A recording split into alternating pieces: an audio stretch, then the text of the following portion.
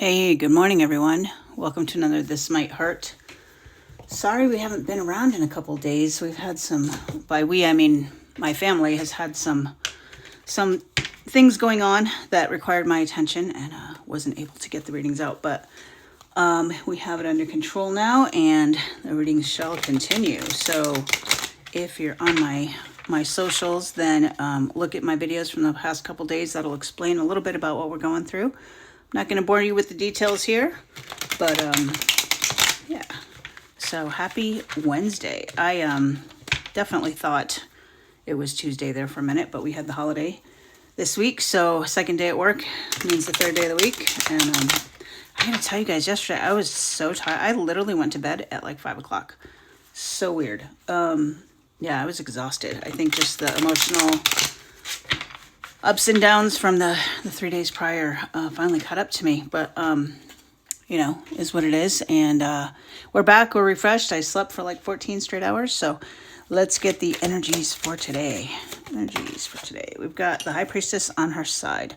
So catching that energy as it's coming in. Using that intuition right now as it's coming in. So we're about to turn it in the upright and use our intuition, or we're about to turn it in the reverse and have an awareness that our tuition is necessary. That our tuition, I meant intuition, not tuition. But there are no Freudian slips. So tuition, if you think about tuition, what is that, right? It's the money we pay to go to school. Intuition is our inner knowing and so forth. So I don't know if you can make a connection there. I probably could if I talk long enough, but honestly, I'm not really feeling the connection between the two words necessarily, other than the fact that I said the word tuition. So what is it that we have to pay for this earth school, right? What are the payments that we make for the lessons that we learn? I've never really thought about it that way. I might actually even bring that up in my IOP today.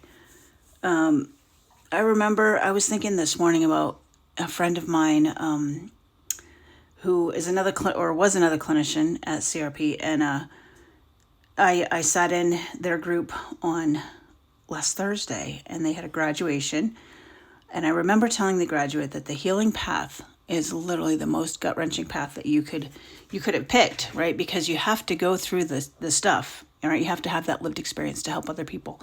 And I told a cute little story that I totally stole from TikTok. Everybody loved it and whatnot. And for some reason, I've been thinking about that story this morning. And basically the idea is that, you know, you have to have that lived experience in order to help people, right? We have to have the understanding, to cultivate the compassion, to cultivate the knowledge, to cultivate the knowing, to help people out of their situations. So the tuition, if you will, that we pay is that lived experience. So yeah, I like that. But I like that we're coming into our intuition, or at least we're aware that we need it. Those things. I had a interesting dream last night. Let's see. 9 of Wands. So overthinking, right? Overthinking. I'm going to write all the things down so I don't forget. And what's funny is as you write things down, your woolly mammoth, your subconscious mind can forget because it knows that you have written it down somewhere to be remembered. So journaling and writing things down can actually really help someone who overthinks too much. I don't know what the connection is between writing something down and your woolly mammoth kind of being able to let it go. I think that's why they have you do in the full moon ceremonies, write things down to burn them. But yeah, just the overthinking, not really sure what's going on. Might be thinking a little too hard about things, not enough about things. You know, sometimes I have my friend CJ at work, and he's always telling me, why do you take it so seriously? Why do you take things so seriously? Just let it go. To the Page of Wands. So more Wands energy. We always have such Wands energy in these readings. But Page of Wands, that planning to do the thing that you've been spending the Ace through the 10 creating and cultivating. Right? Now we have the plan. Now we have, we actually buy the airline tickets. We actually set up rent a car and secure the hotel for the vacation, right? We're just planning the creativity of the thing that we were planning to do, right?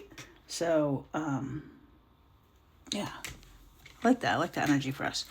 I'm not going to take all those cards. It's too many, but if they come back out. 10 of Wands. Okay, so lots of Wands again. So 10 of Wands, the burdens, right? One more thing is gonna knock that over. carrying all the burdens, right? It's not all on you. It's not all on you. If I take that and I apply that to my situation over the weekend, while this is affecting my family, it doesn't affect me specifically. And I don't mean that to sound insensitive. I mean that to say that it literally does not affect my daily life. It does in that it affects my grandchild. But, and I do what I can do to be supportive. But at the end of the day, it's not me. Right? This is something that he has to endure, and my daughter has to endure, and my family in Connecticut has to take action on. Right? But at the end of the day, all I can do is offer support the best I can from here, but it's not my burden to carry. Right? I like that. Your advice, 7 of Cups. Decide what you want and go for it. Right? Just decide what you want. And feed the plant that speaks to you most. Right? I like that one up there with the bird and the worms. And there's one with the snake. There's one with the birdhouse. There's one with a globe. There's one with a graduation cap. I like that one. And we talked about tuition in school. What kind of, interesting. We've got this little school theme happening here. What kind of school are you going to? I think we're always going to school, right? Every situation that we come across is a form of a school because there's something to be gained, something to be learned there. Yeah, I think that's all I would have to say about that. What we don't see coming at the bottom of the deck is the 3 of Swords. Some sort of heartbreak, some sort of grief, some sort of letting go. At some point, those swords will come out and that wound will heal. But right now, in the thick of it, right, it can feel very, very, I